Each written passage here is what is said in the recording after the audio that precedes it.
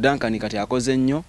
alina obubizi 15 bwalunda bwaberega. David yafuuka mandwa buli ajja okwogera ayogerera mu bali. Anti Duncan mufumbizi w'abakazi. Nze yali ayagala kunyingiza akakazanyo n'embigaana. Ennyimba kize yampa mugamba azinzijeko.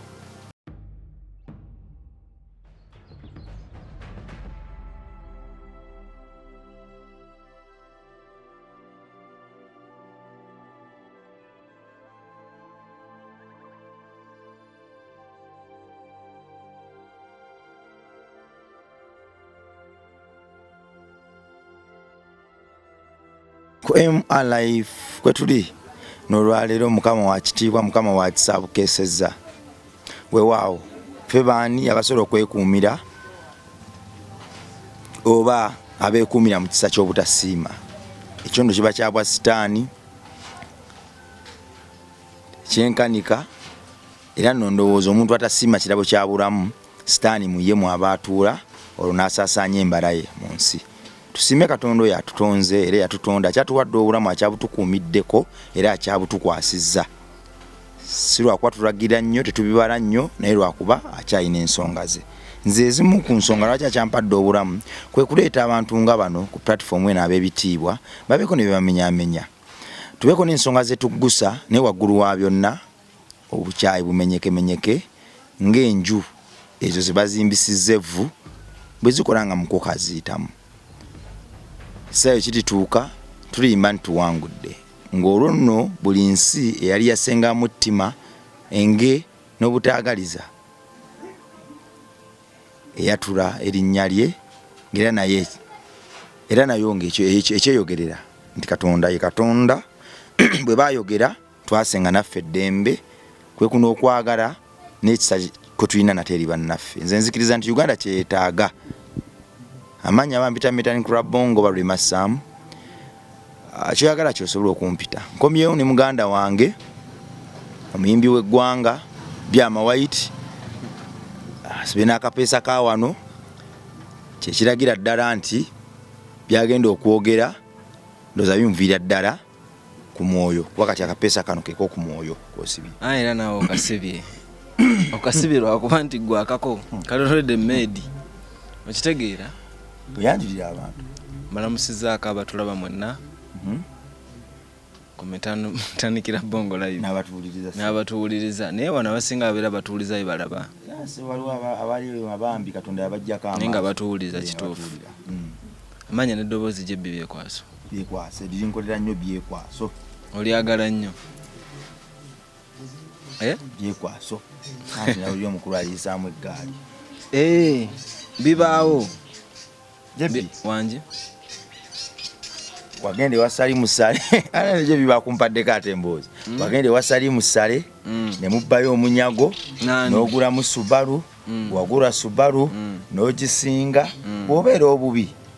tolina kujja kaabira nnaku wabula weezira yala kulumamuko dakiika 2 n'ovayo n'olega okubambira buli muntu oyandoga n'omuntu akutunuulidde nnyo n'akulemezaako amaaso ndooza akwegomba kuba simaati ovayo n'omugamba lwaki ontunuulira nnyo oleko yakundoga tekikoma awo oli ku mbozi zono omusajja wo gwe waleese omusajja w'eggwanga ssebo ono omusajja wani Duncan yali kyali wange nze mumanyi naye ye muntandikwa yandaga nti tamanyi omusajja agambye akumanyi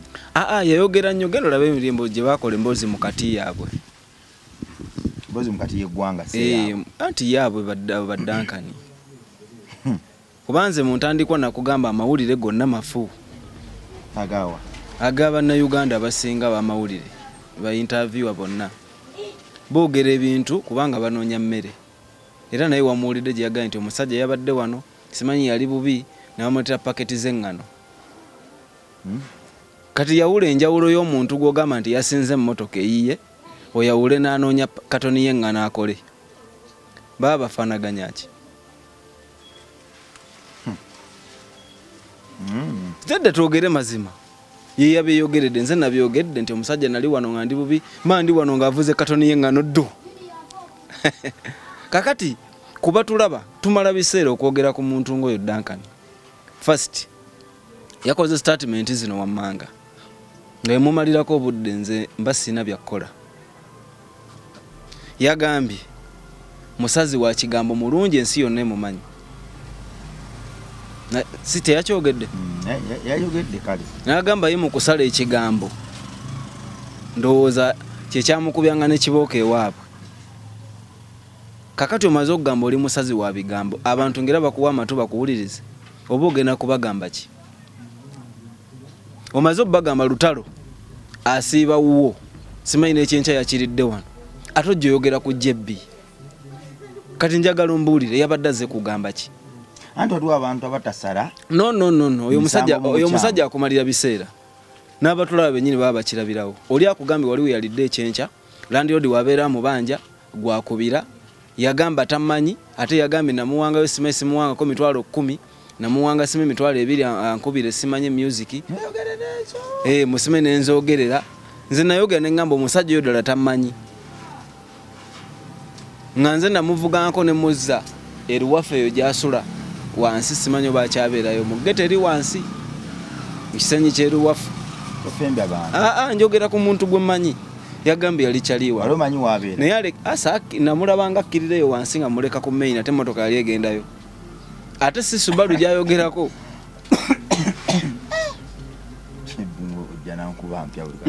Nze njogera ebituufu. Nakkirireyo nga mulaba agwerera nga mampa amataala. Wano waliwo abayaaye. Kati mwami Duncan, Sekajugo Duncan. Musajja w'Emityana. Nali mwagala nnyo era kyobala nayogera ne ngamba nti mu nsi teri mikwano. Kubanga oyo gwe nali mmanyi Duncan mukwano gwange. Naye olw'omululu gw'okulya era kyova olaba kati abeera wali ku nsaniya. Simanyi oba ensaniya za bisolo bye yagambye byalunda kuba saayawudde ensaniya zaaki. Naye nange nabiwulirako. Duncan kati akoze nnyo. Alina obubizi 15 bwalunda bwaberega nga bakyali be babinyumyawo. Duncan abeera mu kulunda kiralo kyaki kyabuberege. Era yakyogedde. Kati bwajja nayogera mbu alina emirimu, simanyi asiiga enjala. Nze emirimu gy'ani yamubuuziza emirimu? Anti wagenda n'ogamba abantu. Kati yabadde ababulira nti olwakola kwe kumusanga ku woteeri. Era kireerese kubanga tali kireerese oyogera otya. Kati yagambye tuyite wano twogere ku ki. Nze mu mboozi yange yalimuko Duncan nga tanaba kumbakira. Tufaanaganya ki? Njogera ku byakuyimba, njogera ku business nene, ayogera kufumba katogo. Sijerega bafumba katogo. Mbaagala nnyo. Naye njogera ku ye nabadde njogerako bigatta kine byabadde atulaga. Njogera ku business za kuyimba, ayogera ku business za kusiiga njala. Njogera mu kutandika group za manji, natandika ekibiina era ne kiyimirirawo, atubulira bitanabana kubeerawo. Mbunjagala okulya simanyi lutalo wange angulire emmere, agenda amugulire emmere. Nze bwegamba wamubuuza ekibuuzo, walabako jebbi ng'akyali ne lutalo nti simulabangako. Kati yabadde atuwa mboozi ki? Tandabangako naye yagenda okujja nga tetukyakola ffenna. Kati anjogerako biki by'amanyi. Bw'obanga tomanyi kintu sirikira gy'oli. Leka kweswaza. Leka bakuleetere katoni z'eŋŋano, osiike chapati, oyite bali ab'ensiniya si kibi, situmanyi oba ensiniya za nnyama yaki. Anti nawulidde ensolo za lunda ate mpulira nsiniya. Ate nga bye bintu byemmanyi bye basinga okuwoomerwa abo ba Duncan. Kati Duncan mukwano gwange. Naye waba ayagaladdemu abeere mukwano gwange aleme kulya kumumalamu. Okitegedde? Aleme kulya kumumalamu. Bw'aba ayagala okuba mukwano gwa lutalo, nze nali mugambe nti Duncan okolawo by'okuba mukwano gwa lutalo. Ne waberedde nga mukwano gwange mbadde nga nkimanyi nti mukwano gwa David yampulirako nga njogedde ku lutalo ekigambo. Kati yasinzira ku ky'okujja okumbuukira nga njogera ku interview ezigasa eggwanga. Twogera ku bantu batusalira mbuzi be twatandikira mirimu ne batusaddaakira tukola ebikolobero, ate yajja ayogera emboozi ze simanyi na gyazijja. Nzija njogera ne Duncan wano nga tunyumya mboozi ekwatagana ku kyaki. Duncan okuvaayo yalabye nga yali mukwano gwe n'amukyawa olw'okusala ebigambo avuddeyo era asaasaanya obuyima n'avaayo nga mukwano gwakulumirirwa nti jebbi va mu kusaasaanya obuyima n'okwekwasa abantu nti bakuloga genda okole. Gana amagezi nga yazekuwa ku magezi kuyamba. Gana amagezi nga walutalo sigawa Duncan. Kubanga Duncan olw'okuba era nga bwe nagamba nti kireerese yazze ayogere ku mboozi etali yiye. bwalikeerako n'awulira nga JB Duncan alina kyaliko ng'akiyimiridde mu kimunyigirizo oba kimuluma naye nsituka ne mwogerako nga njogera ku gwayogeddeko ensonga ze ajjanga nambuukira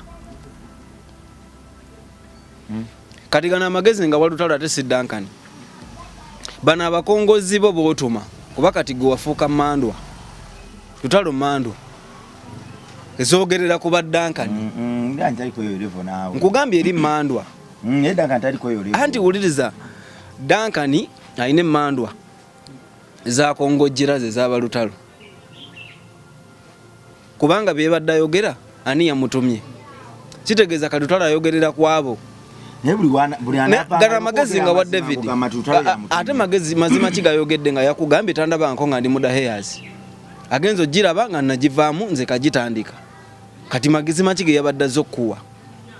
nga nekijambu eyaliwo ko nga twakatandika amazima gamubula tayinza nakudda wano kubanga yaswaluka kati kijambu bagoba minya manya Duncan bagoba minya ng'ebikere bisembera Duncan yazze kwogera ki kwani era yakugambye nti yali mukwano gwange nakati agamba mukwano gwange ng'ayogera simanyi namugamba nga kunkubira music sibo kiri lwaita agambe yampanga sente avumire lutalo namuwako sente bayogere ku lutalo ekibyo nti ne muwako sente agenda agaana okuba ennyimba za lutalo ndo eto ziina akati we mana lisiziina ekyo kitono kye nali muwadde nga takimpanga kitegeeza nze nakye nali muwadde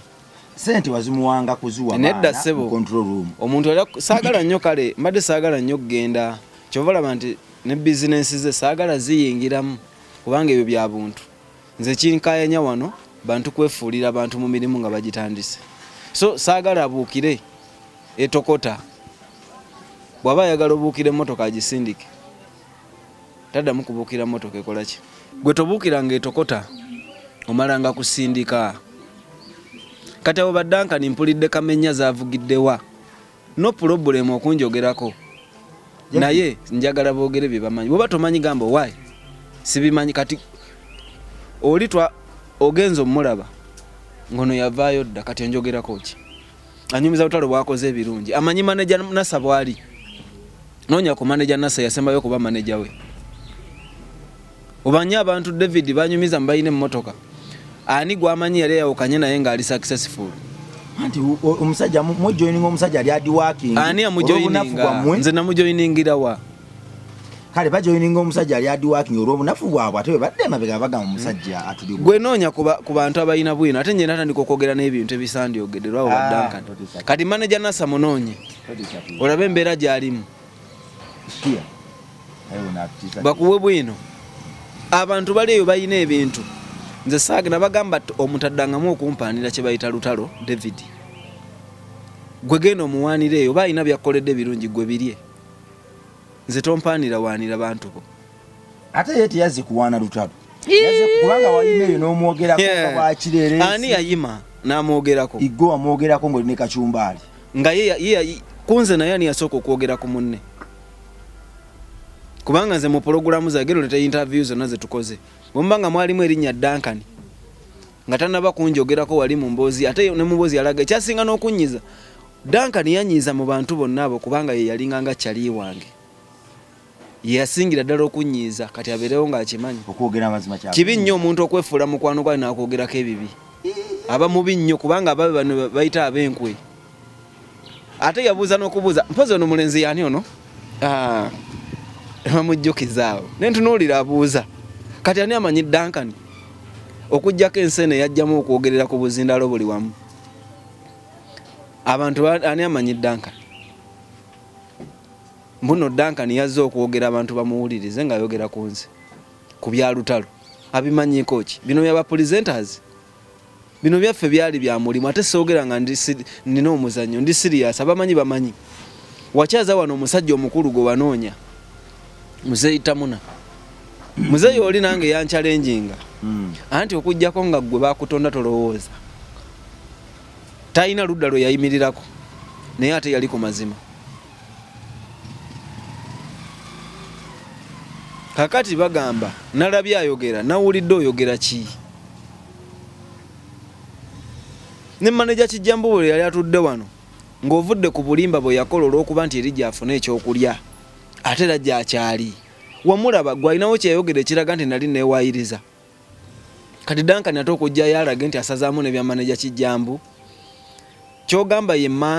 muko yatulwako emmanda ya David kati David yafuuka mmandwa buli ajja yogerera mu bali boba tasobola kweyogerako taddamu kutumwa abakongozi tajja kukikola kubanga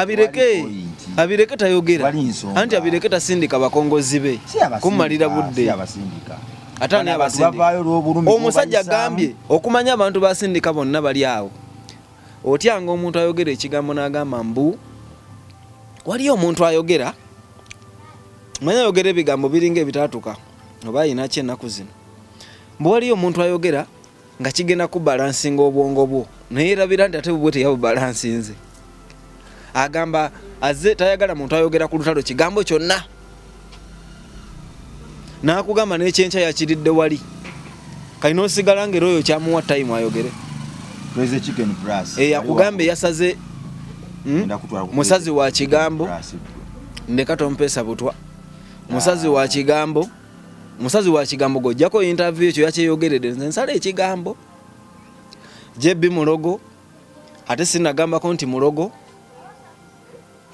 kati togezanko okwagala okwerungiya side zonna tumuwamu abantu ngaffe abalowooza ng'ovudde kwabo betwabonaabonera Katonda n'abateekako enkola ebaddewo naye ng'oli alowooza nti bantu kubanga beewoomereza mu ndabika kyogamba oba oyagala okuyamba olina kuyamba batakuyamba abalina bye bakkolera ebikuyina gye bikutwala bw'otalina kujjukira n'ojjukira batalina kye bakkolera tukulwane nti oyambayamba nnyo ngani kati Duncan bwambuulira mbu aba n'obuzibu bwa Land Road n'akubira lutalo simanyi alina ebizibu ne bamuyamba baba bamuyamba ng'eyakola ki nga waliyo abantu abali ababonaabona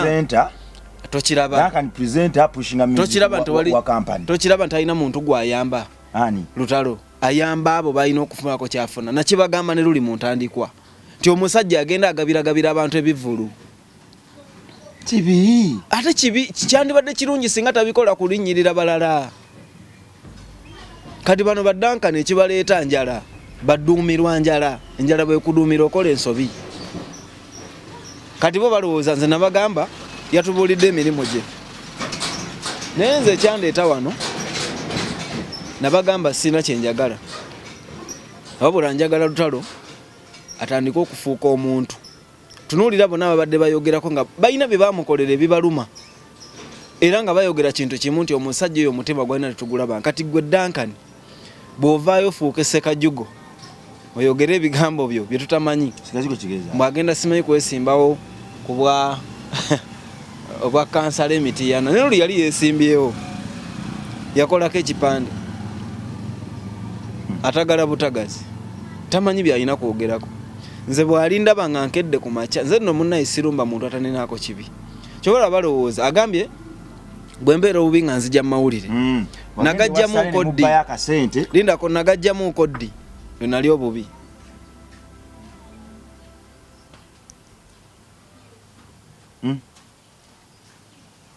ojja kutegeera abantu b'okyaza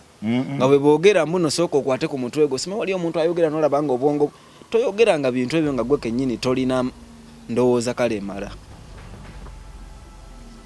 kati Duncan kyatamanyi ffe tukwata ekigambo kimu ng'omutonzi akikuwale n'okola oluyimba lulama n'oluteeka wali naye ne luyamba ensi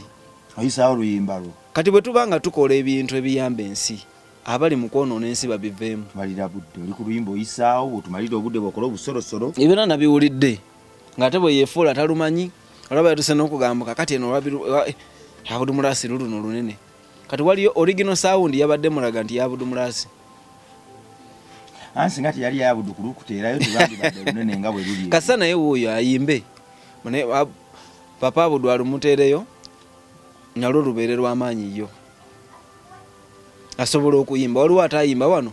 mu covid buli muntu yayimba yenna nga bagamba nti kati okuyimba kwe kulimu ki abo bonna balina ennyimba kutandika mu covid buli muntu yazuukuka n'ayimba oyo Duncan naye alina ennyimba ate ng'ebifulu babigadde anti baali beetegeka embeera eyaliwo nga bagamba nti bw'oyimba ojja kgende n'ofune bwe bityo endowooza gy'alina kati ye amagezi gamuweereza tibwajja n'agamba abantu nti kati nagende wasale ne nfunayo sene ngule emmotoka olabira nti omuntu ayogera ebintu nga byonna gasiya nze emmotoka kuva dda nina emmotoka Subaru gyayogerako nalina maaka tu nakyusa bukyusa n'engula eri nali ndi ku bigere naye nga mukakafu ki alete kale sente bwe bazimpeera ezayogerako nti muna ejebbiya kati yalabye bwayogera ekyo abantu nga baga jebbiya gende nze ndi ku level abantu kale ne wemba nga nagendayo wali omuntu asobola okugamba nti bana ejebbi ku sente ze twali twamuwagira lwaki yagenda n'ezo n'azifuna timunayo ngeri twali sajja sente zaffe zitwakamuwanga abantu n'asalawo naye zazirye kwogera bya butamanya ziriwa ze bampa njagala kale bwaba nga waliwo yazimpa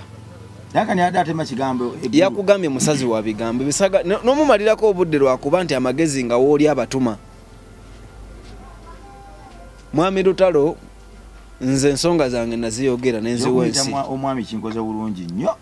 nga kyogenda obwongo kati bukulira ddala gye buli wanjawulo kati sompe kwa wifi ezaki okumuyita omwami kinkoze bulungi nnyo mpa kwa wifi okumuyita Mwami Lutalo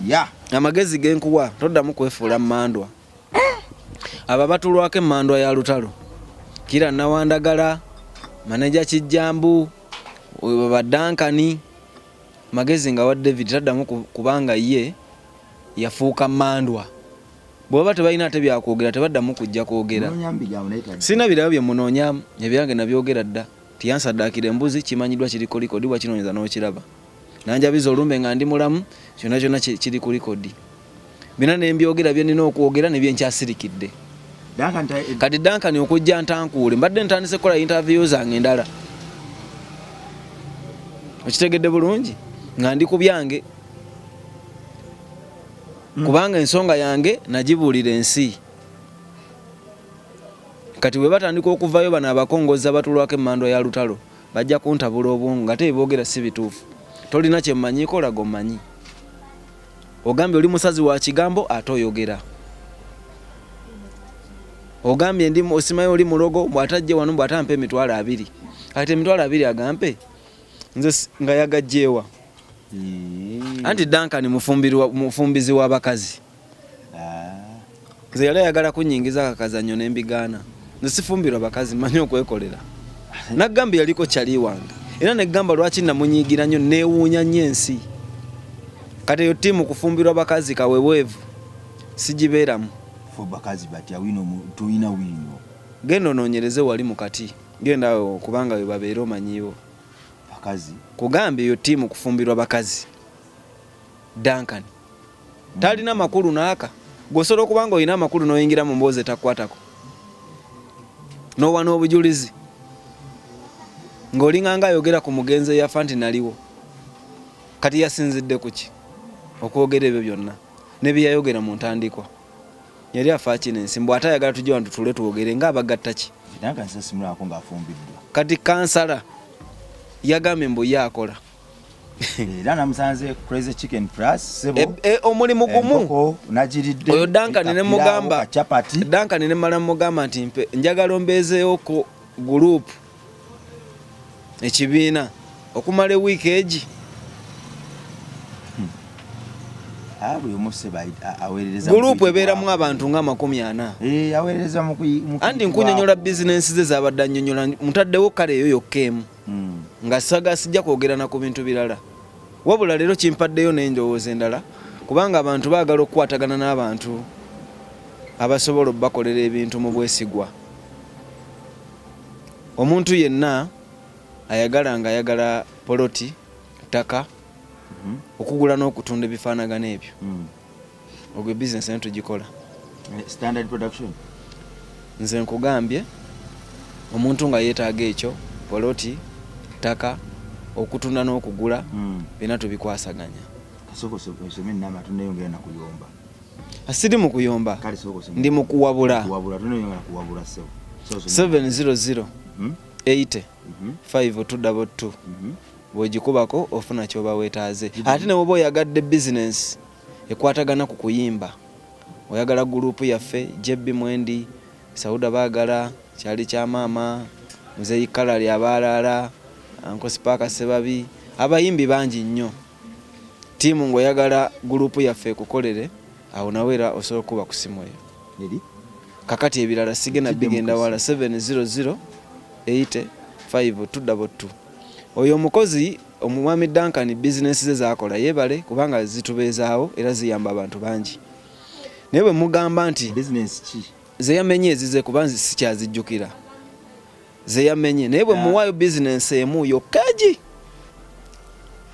emu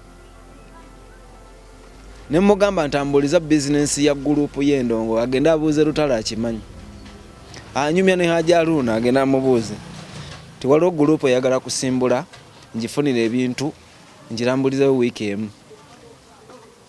kati aleme kwemoolera ku bitagatta bizinesi endala zetulina zetukolera abantu nazo weziri kugeza ngaeyo gye nkugambye poloti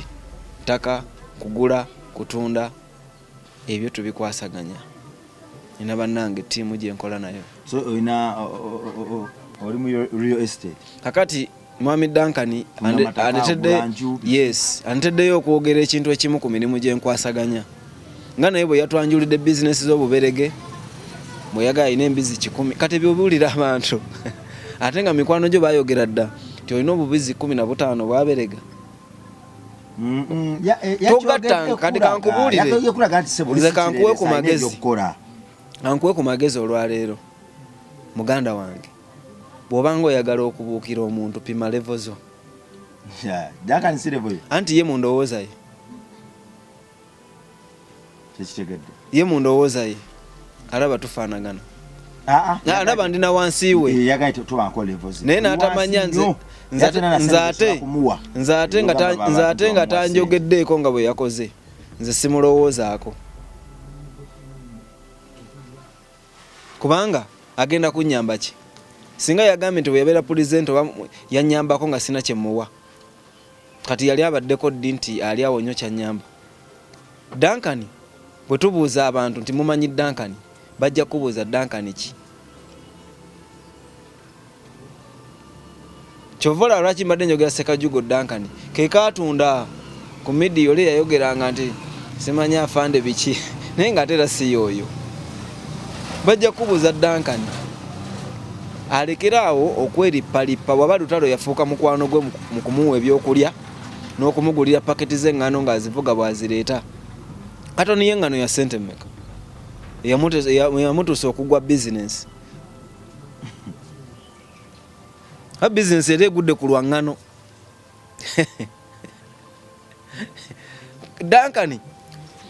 Duncan bizinesi gy'asobola okukola mu kuyimba kukola luyimba n'alulikodinga n'akola vidiyo n'agisasula n'anoonya abanaagibeeramu n'abawa ssente n'akola bizinesi ya luyimba lumu oluyimba olu Duncan asobola odupolomootinga n'aluggusiza mu bantu ne lubeezaawo ne balumanya nga Duncan yakiwoomyemu omutwe temweteekanga ku bintu bitali byammwe bw'olabanga kati ate ensobi gy'asingira okukola emuleetera n'obuzibu oyogera otya ku muntu ng'abadde mukwano gwo ebigambo ebibi soka bw'obanga obadde mukwano gwa n'okola ensobi ki gye nakola ku ye nga mpaayirizaani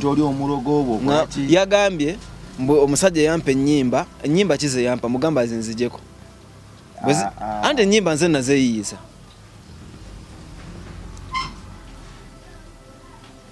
bwewavaayo bwongo ennyimba ate ziriwo nga ze zisinga ziri amaanyi saawa zino tulina oluyimba olusinga n'okutrendinga lubayita kasenyanku kumwaba mbooza kyekise kyawuuna sikyalina makulu ngambwa nkadde tunula mpwangalisiina luyingo olwo oluyimba lulabe ku TikTok n'emikutu gyonna buli abaaviiriddwako omunnamubeera lutambula okufa ze zimu ku nnyimba bayira lusinga n'amaanyi n'abalogo lwazze buzikiyita mu lujja era lwalo lw'amaanyi kakati ennyimba zayogerako ziri zikaŋŋende bulaya nakulaba kiro mu mataala byali byemabega ate era zange era ga TikTok erukomeza amanyi lwaki zidda kulowooza ng'ogenda kuwa abantu si kubayimbiramu nze sajja kuyimbiramu bantu najja kubategeeza Katonda bye yantuma kyova ne bapakuka ne bagamba oyo bwatyo bwali manyi ye omutonzi wange amanyi gye ndaga ono olugendo lwange sirulimu na balyolyomi ba Duncan nulimu na mutonzi wange kyovolaba nti nze birabo binakafuna ku luyimba lwa Kangende Bulaaya biyinza singa abantu abagamba twakuba ennyimba ezisingaawo kubanga agenze e Bulaaya akubira ekkasimu n'ali wano naye yali tagenze nagamba nali ntunda ekibanja kyange bwe nawulira oluyimba olwo saakitunda kati nkulaakulanye bwe nti bwe naluwulira ne Maria ne ngenda bugenze Bulaaya sina kye natunda naye ekireno bwe kiti ne bwe kiti tusomesa abantu tetuli mu wolokoso kati tansuubira okujja otula naye ku ttebe emu anoonye banne kubanga nze emboozi gye ndiko ngazi kiringa okubanga oli mu birowoozo bifuga ggwanga oba oli awo nga vice chairman ero si wanu Kalamojja agamba alina ebintu byayagala okwogerako naawe mutule wano ono wano for what?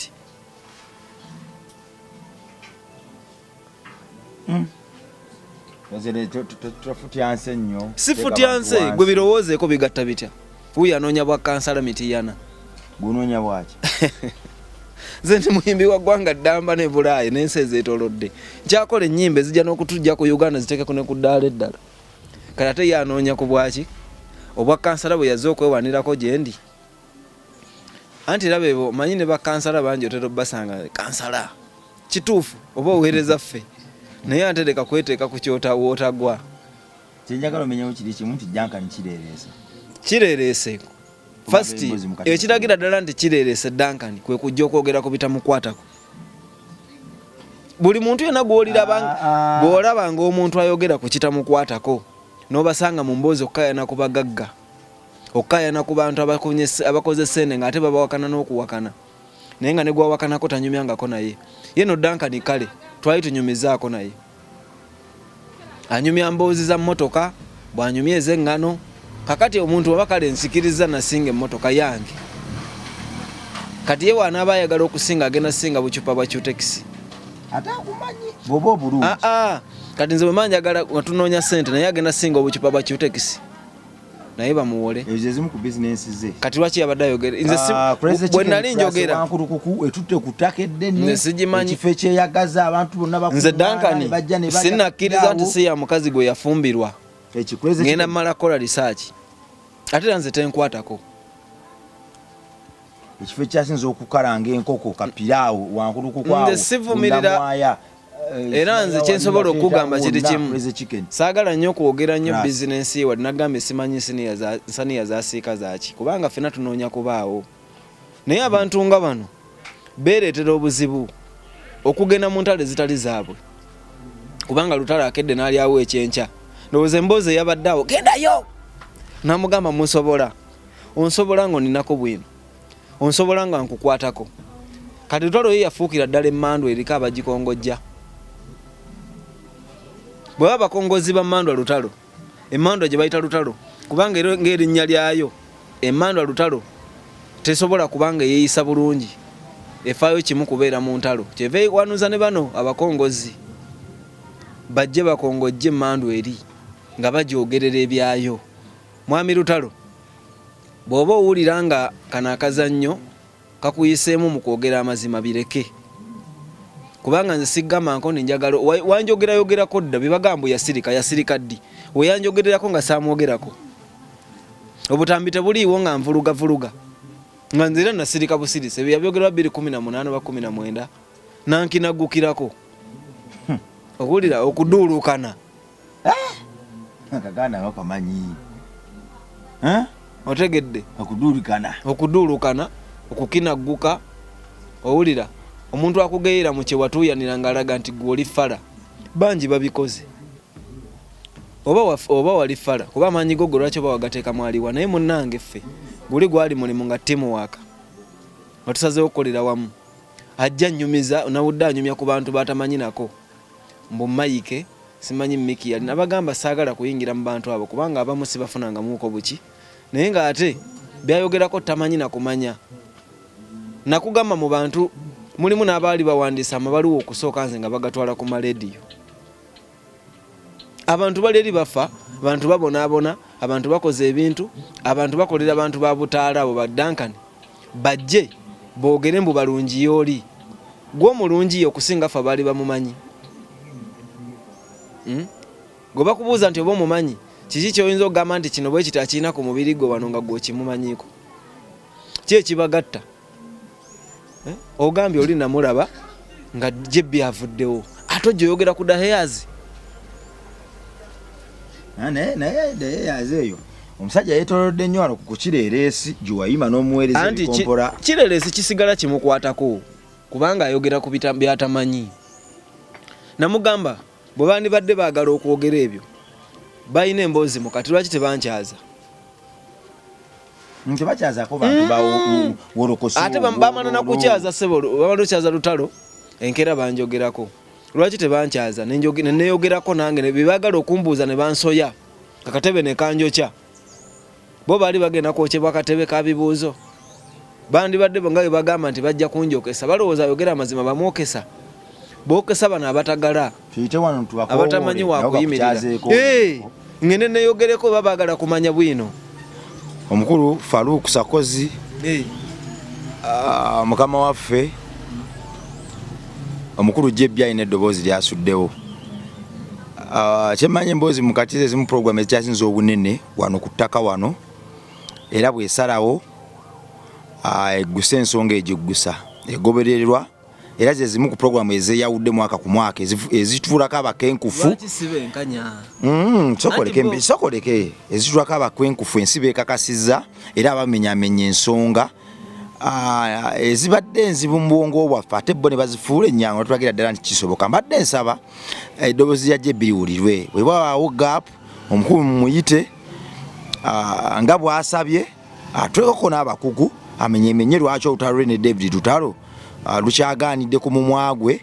nabyayogera mwongere bikubamuko ku ttooki kubanga ate awo muli bakugu nnyo ekitenkanika nange mbeesiga tulabe anti kibi nnyo omuntu okukyaza omuntu atakwagala ate bwamaliriza nzogera ku kiri ate bwomaliriza ate ono ye n'omwogerako bwogezi bibi byokka bakyaza David Lutalo naye mukumbiranye kati gwe ne bakuleka ebbali ate ne bakoma ne bakwogerako bibi byokka mu pulogulaamu yaabwe yeemu kati babeera bantu kyabo bandize ne bankyaza nze wendi sijja kugaana kwogera kuba byenjogera sibiyiiya kyebagamba bo bwaba Lutalo abawa ebyokulya n'abawanga n'ebivulu wuliriza lindako sokoleke enkulage siri njogera ku bantu bonna njogera ku bantu ng'abo baddankani kyogamba najja ng'akola byonna ebyo gwomanyi abantu amasimu ge bankubira omanyi abayagadde mu simanyi nfune meeting ezaki kulemera mu Lutalo bwotyo kankubuulira olwaleero olowooza omuntu bw'aba ng'asobodde okusurvivinga emyaka 10 mu bulumi tutuule twogere ku ki bankolere ki ngamba yozayoza okunkola ebikolobero tutule mu meeting nga bampaaki kale nga ojjeeko kino ekyaguni kyeyakwogerako Duncan kyogamba balesaba weetondera emboozi mukati okubayita Bakireeresi amanya naga mentioninga benayogerako twayita bonna nze nayogera ku bantu bentegera obulungi era nga n'omulimu ogwo bagukola nakati bakyagutambuza asooka Duncan kati Duncan ye chairman oyo kwennemedde atandika okuba ku bimukwatako era agenda agambe Lutalo ebigambo bino nti nze sigenda kuddamu kubeera mukongozi wa mmandwa ggwe bw'aba ayagala okiremeramu asigale ng'atuwa bwino mwami Duncan tiisa onaakola ki bwasigala njera nange nja mulekanga bwali oba kakati ankoyezza kubanga nina ebintu by'okukola ebirala nina okulowooza kye nina okukola omusajja azze ayogera n'okula abalaata andaga ne bizinensi ze nze nzaagaza ki ezo bizinensi yabadde alina ziraga kansala munne namugamba nze ondaba engeri gye nzija kubwa kansala nyimiridde wano gwagenda okwesimbawo naye nze kati byabindaga binnyamba ki omuyita Kireeresi mufune bulungi Duncan mufune bulungi Kireeresi yoye yenna buli muntu yenna ne bwembeera nze wano singa ntandika okuyingira mu mboozi etankwatako nga sigimanyi nako mba nfuuse Kireeresi ate obudde mba nabujjawo okwogera ku bye simanyi mbiteekako ne statement n'obujulizi kireresa bano obujulizi nti oyo mugaga yakola wali nga mulaba otegedde bulungi naye nga tamumanyi nakoba yenanyiniwo bamaneja waawo ye muntu awa emboozi ku bbeeyi y'emmotoka nga tagulanga na ku mupiira gwa mmotoka engeri gyetokotamu webale nye sigivuga nze waliwo yambuuzanga edda naye nze munnange nze emmotoka ngaezo zitambulawo nze yo sigivuga ne mugamba nze sirina gye sivuga fena twabanga ku bigere nangamba kikyotegeeza ne mugamba kakati bwe ngamba abantu nti eyo sigivuga bwe bambuuza ovuga ki mbaddamu ki nti sigivuga wakiri mbeera ku bigere byange nga nze ze ndowooza sizirina otegedde muganda wange so aba bakulu Mr. Idola Duncan asigale ku nsiniya ze ebyo byategeera naye bino ebikwatagana mu kwata ebintu ebyawukana ku ddaala ku oli obiwe n'abalala bibayambe bitabituukamu ffe tukola ennyimba eziyigiriza omwana omukadde n'omuto n'omuzzukulu naye alina restaurant ne farms ng'ekomawa abantu emirimu ekomawa alina abakozi babiri oba omu n'ekitundu Crazy Chicken erina abakozi abasukka 20 nga bakolerawo Crazy Chicken kijyoyogerako Crazy Chicken Plus eyaawa eyo wankulukuku kale webale muwanika tweyanzeege naye wadde munnanga abalina tasobola kweyimba mu kibiina nga Stand Production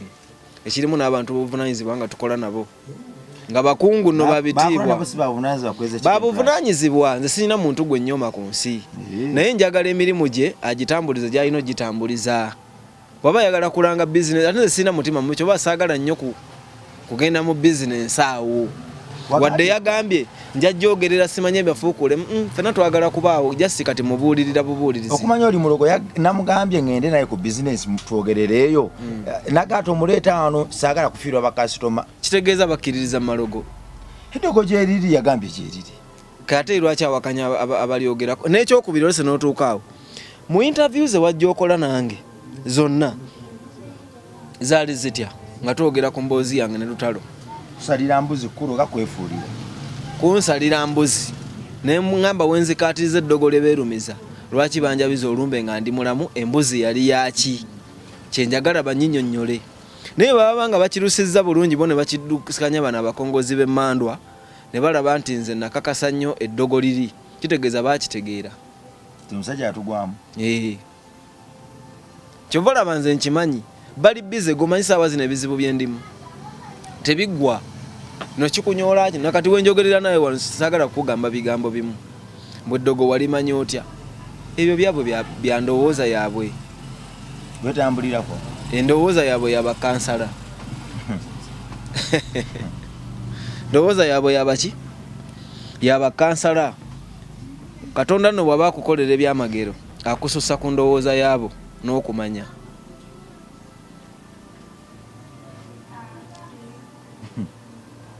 otegedde bulungi kati Duncan kituufu twemanyi naye mu byemirimu tewali kitugatta kubanga otedera akulaga nze namuwangayo ye kyayita ekitono kati ye kinene yali ampadde ki tewamuwanga kuteeka mu nsawo yeerabidde mujjukize kati bwe nalinga muvugano mutwala gyasula nali mugamba mutwala ewuwa nkolereyo ki yabanga tayina nange ngera siina nga ye bwantwala naye nze mukubanga sirina akatono nasobolanga omuwaako kubanza ogwo omutima sigulina ogwabo ogw'ekiryanguzi omutima gw'ekiryanguzi ogwo Mukama yagunjawulako nange nandibadde nange akatini nsobola okukawaako omulala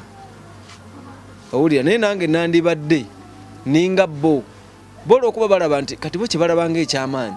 ati jebbe eyo singa atulamu ne David awo ne bakolayo ebivulu nga 5 abafunyemu bo banoonya ssente za mmere nange ze nnoonya naye ebigendererwa byange kyali kinkoze emirimu emigazi nalina ebigendererwa byange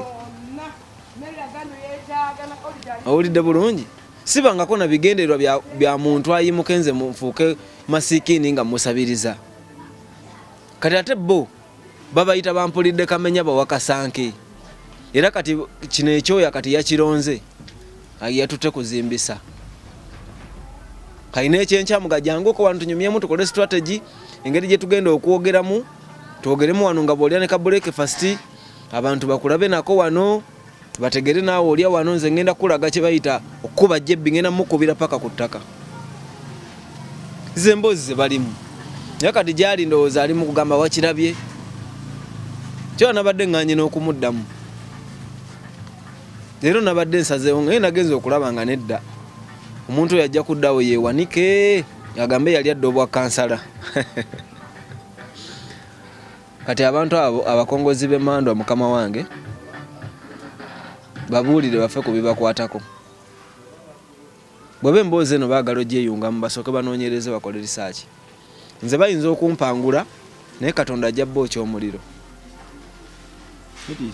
anti nze nkubuulidde nze njogera mazima nakugamba from day one va mu ntandikwa wewulira muli oyolekedde okuwangulwa mu bigambo byabwe byokwogera ebitagatta kubanga bakoze akakundi bajja bawera naye nze ndi bwogu ajja yajja obewulira anti mmanyi ndi ku kituufu gweoyinza okusinga ali ku kituufu dada gwe manya wendi wano ajjajje tebakomye ku bigambo ebikolwa bisinga ebigambo obungi ate nga tebitandise leero naye nkyali mulamu bikolwa ki binene nnyo akati kankubuulire leero nkomyawo kebazzemu okuntankuula obuto kebazzemu ne bantankuula butobo kenyini nyini nga bafuusa abakongozi b'emmandwa nga ate babatumye lwatu kubanga yayogera nagamba ekyenkya kiridde wano kitegeeza bwe bavudde mu kyenkya ate kati kyentegedde Duncan Sina yayogera lutalo kyusa ebigambo byoyogera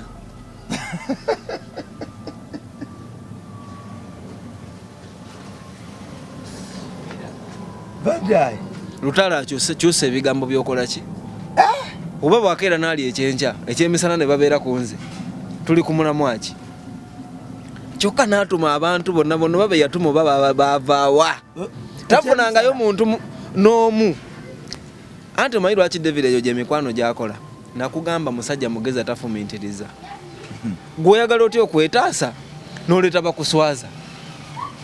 omuntu akuswaza otuuka ku ddaala eryo n'agamba oli ekyenkya kiridde wano ate najja nawa emboozi ku muntu gw'omanyi ti alina bwino ku ggwe n'abyogera ne ku muzindaalo ebyeyandisirise singa yabadde mugezi ekimala bintu ki ebinene ebyo bakoze yabadde alina okujja n'agamba bannange musajja wange saagala amwogerako nze bino mbyogera lwa musajja wange lutalo ampa kyendya ansasulira ku Land Road nga bwe yatugambye angulira katoni y'engano n'agireeta nga bizinesi egudde ayo bye yabadde alina okujja n'akakasa naye ate ogga musajja ekyemisana kyenkya kiridde wano kitega ne bizinesi erabika yooli gwe ate omuntu wavugira engano n'agivuga n'agireeta waali ekyemisana waali ekyenkya ate ono waava najja awalampanze bannayinze mbeewuunya kubanga temulaba oli agamba balina amaaso naye tebalaba naye ensi ekimanyi abakongozi b'emmandwa lutalo munveeko oluvannyuma lw'ebbanga eggwanvu bamaze ne beerumiriza obulogo ndowooza abali bize balogo nekyeya pasoni muli bize oyo Duncan buli kadde oŋŋamba ate kati kebantankudde kino kyengenda okweta kinene leero nkomyawo kikitayita mu mumiro gwo leero nkomyawo kati kebantankudde ate okumanya balimu ekibasoya ogenda okuwulira ng'engeri gye bazzeemu yennyamiza naye gwe towuliramu ku nsonyi ng'omusajja aze n'akugamba ebigambo ng'ebyo nga gw'omuggyako interview n'akugamba musazi wa kigambo n'akugamba eyamutumye ayogerera lutalo naye ate nga lutalo yalidde wali ekyenkya n'akubulira ebizibu bye yakayitamu kale munoonye ku baganda ba lutalo olabo baba abayambi ebyo ebintu mubanoonyeeko